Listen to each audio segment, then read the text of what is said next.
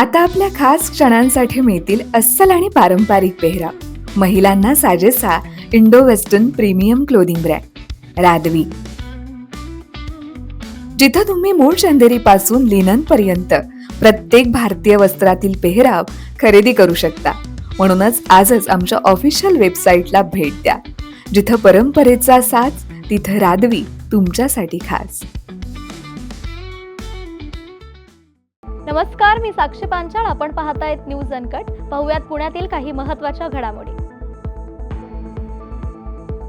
प्रहारचे नेते माजी मंत्री बच्चू कडू यांनी दिलेल्या आदेशानुसार शेतकऱ्यांना कर्जमाफी, दिव्यांगांना 6,000 रुपये पेन्शन आणि शेतकऱ्यांच्या मालाला हमी भाव या विविध मागण्यांसाठी प्रहार जनशक्ती पक्षाचे पुणे जिल्हा अध्यक्ष मंगेश धमाळ, त्याचबरोबर सुरेखा ढवळे आणि विजय तांबे यांच्या मार्गदर्शनाखाली जेजुरी येथे पुणे पंढरपूर महामार्ग अडवून हे चक्काजाम आंदोलन करण्यात आले.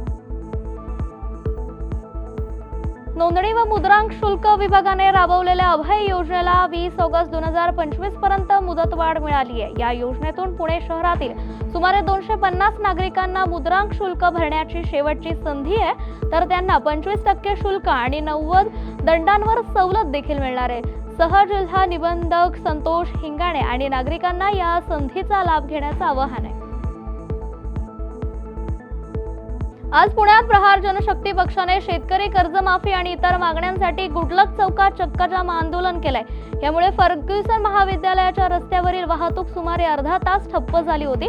आंदोलकांनी सरकार आणि कृषी मंत्र्यांविरोधात जोरदार घोषणाबाजी करत शेतकऱ्यांच्या प्रश्नांकडे लक्ष वेधलंय. घटनास्थळी मोठा पोलीस बंदोबस्त होता आणि पोलिसांनी मध्यस्थी करून रस्ता मोकळा देखील केलाय. दौंड तालुक्यातील एका लोककला केंद्रात नृत्य सादरीकरण दरम्यान गोळीबार झाल्याचं प्रकरण समोर आलंय. या प्रकरणी पोलिसांनी अजित पवारांच्या राष्ट्रवादी काँग्रेसचे आमदार शंकर हिरेमठ यांचे बंधू बाळासाहेब बांडेकर यांच्यासह 4 जणांवर गुन्हा दाखल केलाय. बांडेकर यांना पोलिसांनी ताब्यात घेतलं असून त्यांनी हा गोळीबार स्वतःच्या बंदुकीतून केल्याचा संशय आहे. महात्मा फुले स्मारकाच्या विकास प्रकल्पात एक नवा अडथळा निर्माण झालाय. प्रकल्पासाठी संपादित केला जाणाऱ्या जागेतील आता 85 जागा मालकांनी रोख रकमेऐवजी थेट घराची मागणी केली आहे. जागा मालक आणि भाडेकरू दोन्ही घराच्या मोबदल्यावर ठाम असून अन्न व नागरी पुरवठा मंत्री छगन भुजबळ यांनी या प्रकल्पाचा आढावा घेतलाय. पुणे रेल्वे स्थानकावर केंद्रीय रेल्वेच्या दक्षता पथकाने अचानक तपासणी केली असता स्वच्छतेत आणि अन्नाच्या गुणवत्तेत गंभीर त्रुट्या आढळल्यात. अन्न सुरक्षा मानक कायद्यानुसार नमुने अयशस्वी असल्याने एका खाद्यपदार्थाच्या स्टॉलला 1 लाखाचा दंड ठोठावण्यात आलाय. ही तपासणी प्रवाशांसाठी सुरक्षित आणि चांगल्या प्रतीचं अन्न सुनिश्चित करण्याच्या व्यापक मोहिमेचाच एक भाग होता.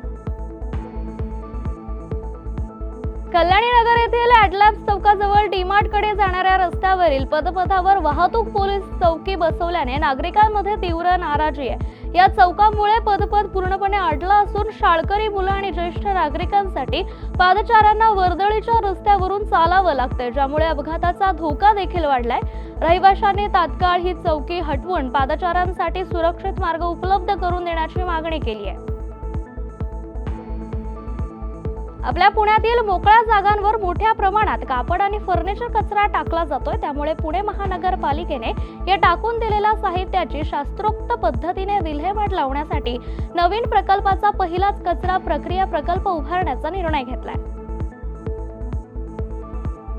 बलात्कार आणि खून प्रकरणातील आरोपी संजय बबन काटकर याची फाशीची शिक्षा आता रद्द केली आहे. डीएनए चाचणी अहवालावर शंका व्यक्त करत न्यायालयाने आता पुण्यातील न्यायालयाला या प्रकरणाची नव्याने सुरुवात करण्याचे आदेश दिलेत. या बातमीसह आपण पुणे कनेक्ट मध्ये इथेच थांबूयात. पुण्यातील ताज्या बातम्यांसाठी पाहत रहा न्यूज अनकट.